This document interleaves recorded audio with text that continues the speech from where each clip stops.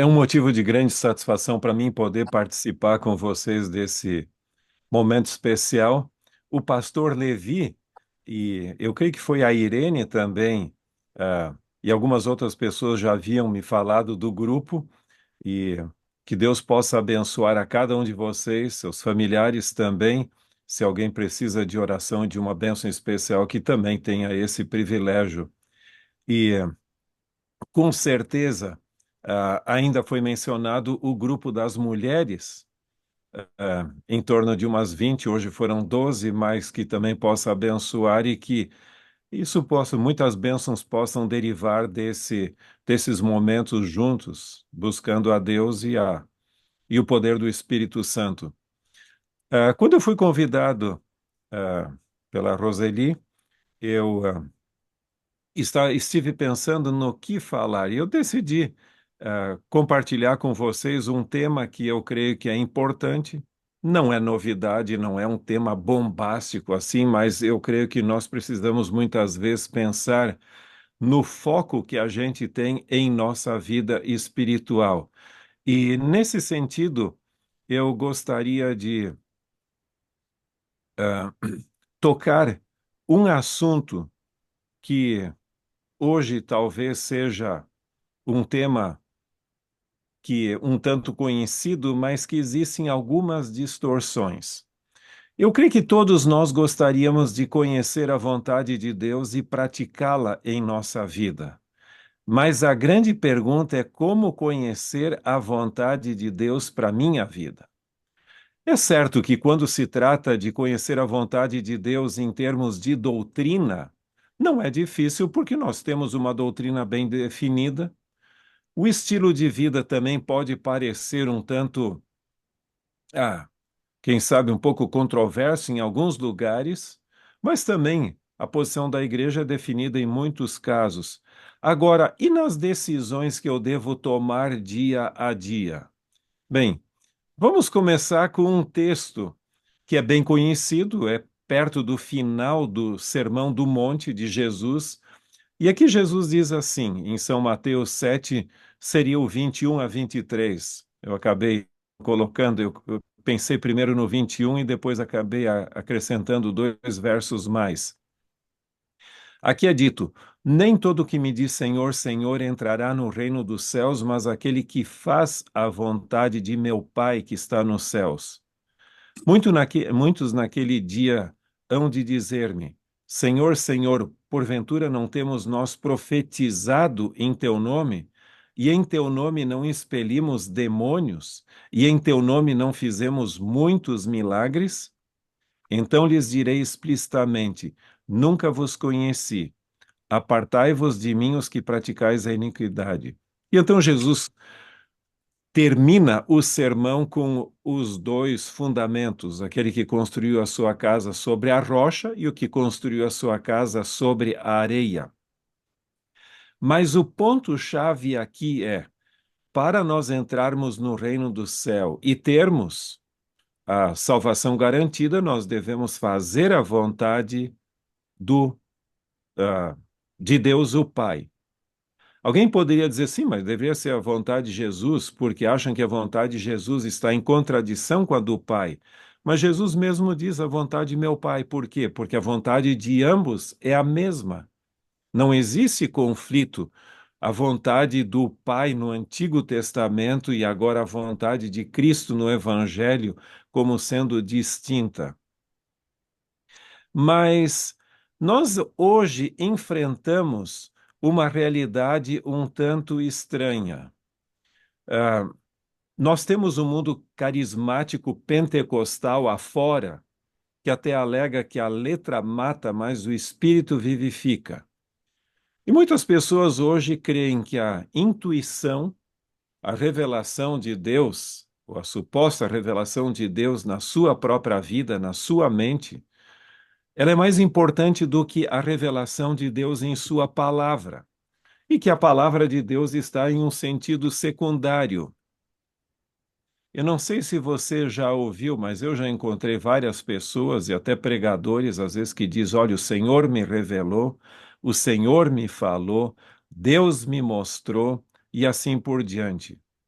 Eu não questiono que Deus não possa se revelar, na vida de algumas pessoas. E, em realidade, eu conheço pessoas que realmente têm essa, não sei se virtude. Meu próprio irmão, e várias vezes ele teve sonhos que se cumpriram realmente assim, que ocorreram em momentos cruciais da vida dele. Os meus sonhos são sempre uma desgraça, ah, e não fazem sentido, mas há ocasiões em que Deus realmente pode se revelar. Uma ocasião, até um anjo apareceu para ele e disse: Olha, você deve pregar. Ele não era pastor, você deve pregar mordomia em tal e tal igreja. Ele foi lá e falou sobre mordomia, mas não disse, nem mencionou que um anjo havia aparecido a ele. E eu conheço outras pessoas também. E veja, não se esqueça que revelações sobrenaturais não significam que você é melhor diante de Deus do que outra pessoa. Mas cuidado com um ponto. Por que que pessoas gostam, muitas vezes, de ah, de mencionar que receber uma revelação especial de Deus? Bom, tem uma razão, eu acho que existem várias. Uma delas, isso pode facilmente gerar orgulho espiritual. E se eu disser, olha, o Senhor me revelou que você deve fazer isso, se você não seguir a minha palavra, você está sendo desobediente à liderança do Espírito Santo. Então, isso gera autoridade espiritual. Veja, eu lhe diria o seguinte: se o Senhor revelou alguma coisa para você, faça aquilo. Se você deve falar alguma coisa também, você pode mencionar aquilo que supostamente o Senhor lhe revelou. Mas quando a introdução já começa, o Senhor me revelou, o Senhor falou, me mostrou, isso é uma forma de atribuir-se a si mesmo autoridade espiritual. Cuidado com isso. E eu gostaria de destacar um ponto sobre esse lado, que é o seguinte: eu já testei ao longo do meu ministério, e até aqui na Associação Geral também, algumas pessoas que alegavam ser profetas. E não é difícil saber quando uma pessoa, o profeta, é verdadeiro ou falso. É lógico, alguns são bem difíceis, mas no geral a regra é a seguinte: para o verdadeiro profeta, o fenômeno de receber a revelação ou de ser profeta, ele está num lado, num plano secundário. E o que conta é a mensagem que a pessoa tem a transmitir, o que Deus lhe revelou. Para o falso profeta, a mensagem até pode ser importante, mas o que mais lhe interessa é o fenômeno, porque lhe dá orgulho e status e autoridade espiritual. Eu lembro que eu tive um diálogo com uma senhora americana até que alegava receber sonhos e visões, e então, ela dizia, e quando eu perguntei, tá bom, eu mencionei exatamente o que estou mencionando agora a ela, eu perguntei qual é a mensagem, que nós temos que estar unidos. Mas ela era profeta e recebia sonhos e visões. E o que mais você tem? Não, eu sou profeta. Eu recebi sonhos e visões, ou profetiza no caso dela. Cuidado com isso, porque quando esse elemento, o Senhor me falou, me revelou, está bastante em evidência, alguma coisa está errada. Porque o verdadeiro profeta, ou mensageiro de Deus, mesmo não sendo profeta, o que interessa é a mensagem que tem a transmitir. Agora, na vida nós temos que cuidar com uma coisa. Alguns questionam que Deus possa conduzir a nossa vida. E eles podem cair naquela espécie de deísmo, onde Deus está bom, ele existe e tudo, mas ele não interfere na minha vida pessoal.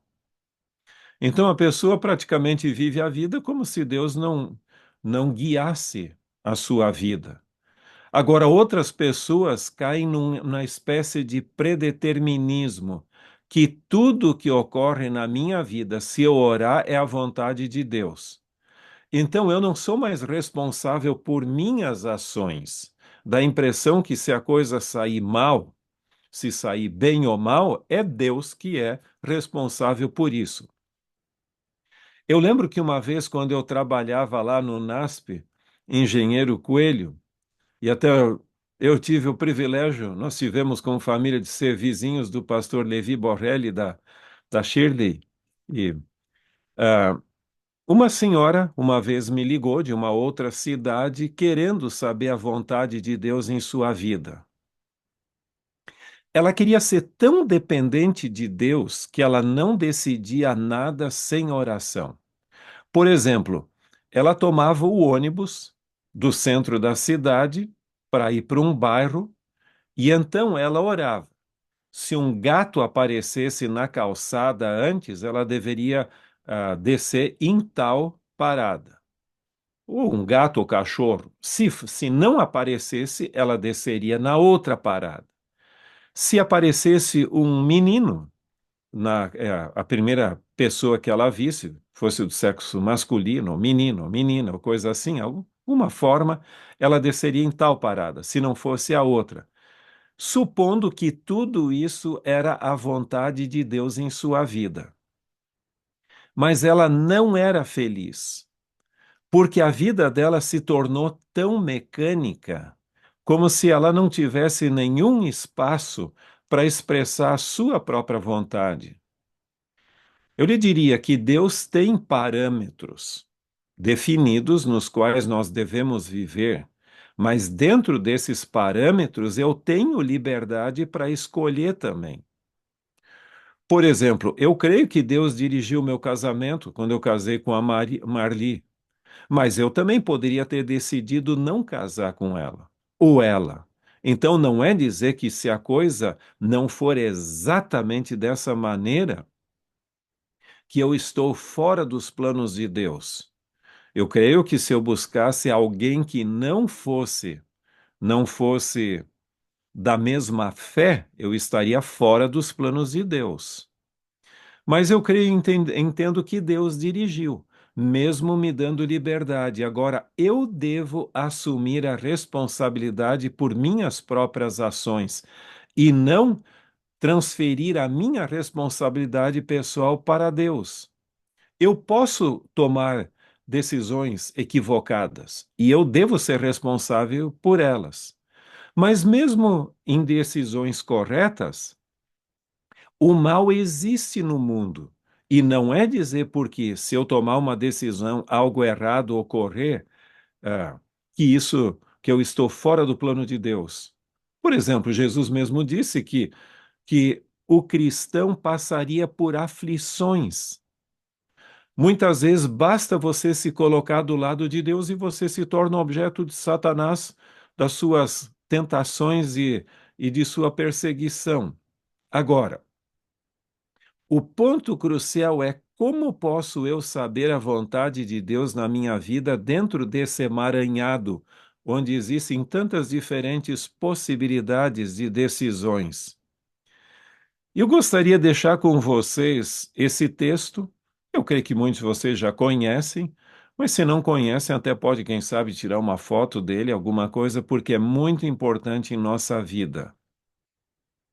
O mesmo texto aparece de forma resumida, no livro Mensagens aos Jovens. Mas como o texto completo está no Testemunhos para a Igreja, volume 5, página 512, é o que nós temos na tela. Esse texto é, como eu disse, muito importante para as nossas decisões e veja o que a senhora White diz. Há três modos pelos quais o Senhor revela a sua vontade a nós, para guiar-nos e capacitar-nos a conduzir outros também. Em outras palavras, se você tiver que aconselhar alguém, tenha em mente essa sequência. E ela continua: Deus nos manifesta a sua vontade através das Santas Escrituras. Então, em outras palavras, esse é o ponto de partida. Se algo não está em conformidade com a vontade de Deus, até irônico você dizer, bom, deixa eu ver o que que Deus quer, e você fica orando sobre alguma coisa que está em contradição com a palavra de Deus, não está em harmonia com a Bíblia. Você não precisa orar sobre isso porque você já sabe que aquilo não é da vontade de Deus, ou é. Mas ela continua. Sua voz revela-se também em suas providenciais ações. Na minha vida mesmo, eu nunca pensei em fazer teologia. Eu estava pensando em seguir uma área mais técnica, quem sabe engenharia ah, eletrônica ou nuclear, alguma coisa nessa direção. Mas houve um problema ali que não deu certo. Ah, as matrículas já haviam fechado, ou seja, as inscrições para o curso técnico nessa área.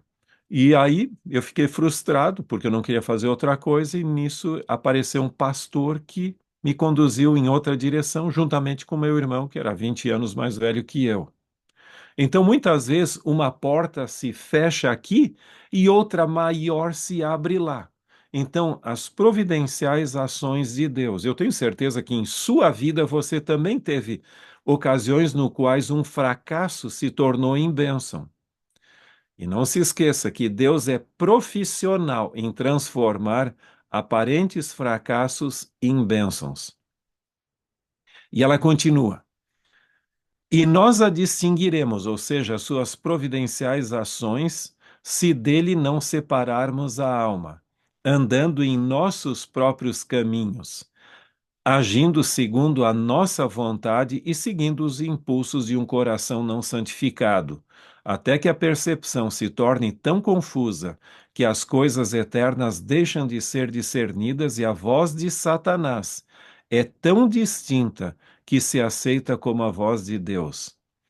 É muito perigoso ficar confiando cegamente nas aparentes ah, atuações, ou seja, elas devem ocorrer dentro do parâmetro das Escrituras, porque também você pode ter vozes que aparentam ser de Deus e não são.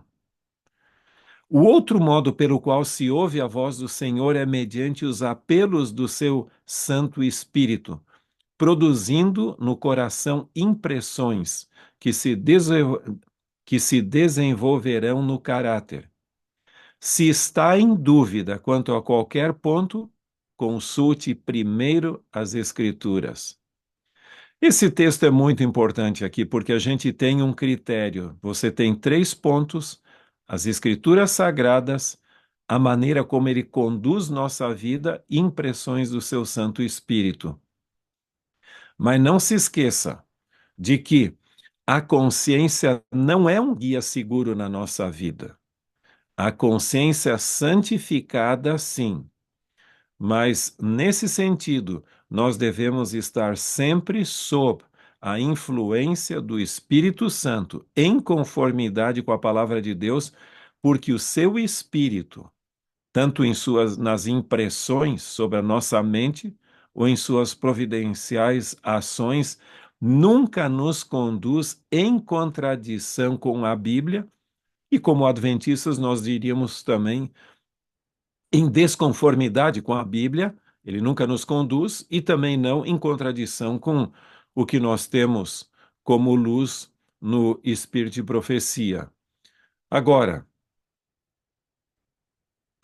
com isso em mente, não se esqueça que viver em conformidade com a vontade de Deus, esse é o nosso ideal.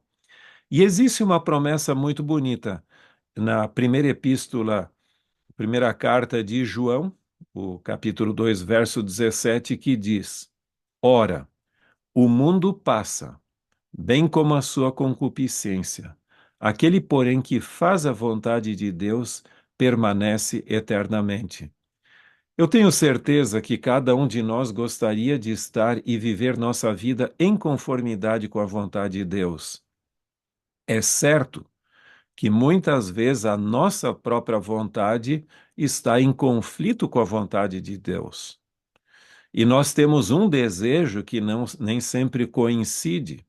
Eu lembro que uma vez eu aconselhei uma moça e ela era muito amiga e ela tinha um namorado e queria ah, continuar namorando e casar com esse indivíduo.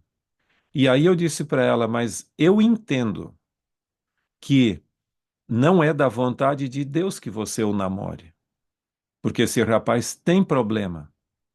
E ela foi muito clara e disse: se é da vontade de Deus ou não, não me importa, mas é da minha vontade. Ela casou e teve muitos problemas, apanhou dele porque era uma pessoa totalmente narcisista e outras coisas mais. Finalmente se divorciou. Veja, cuidado. A vontade de Deus pode não parecer a melhor, a mais atraente, mas sempre é o melhor, é a melhor para a nossa vida. Portanto, eu lhe diria, quando nós estamos em conflito ou dúvidas, tenha em mente isso. A palavra inspirada de Deus é o nosso guia. Em primeiro lugar, eu creio que os escritos de Ellen White também nos fornecem orientações sobre muitas coisas na vida. Agora também devemos ser abertos à forma como ele pode guiar-nos de uma forma ou outra, que na hora a gente não entende, a tal ponto que no livro A Ciência do Bom Viver, a senhora White diz que se nós pudéssemos ver o fim desde o princípio, nós escolheríamos ser guiados exatamente como ele nos guiou.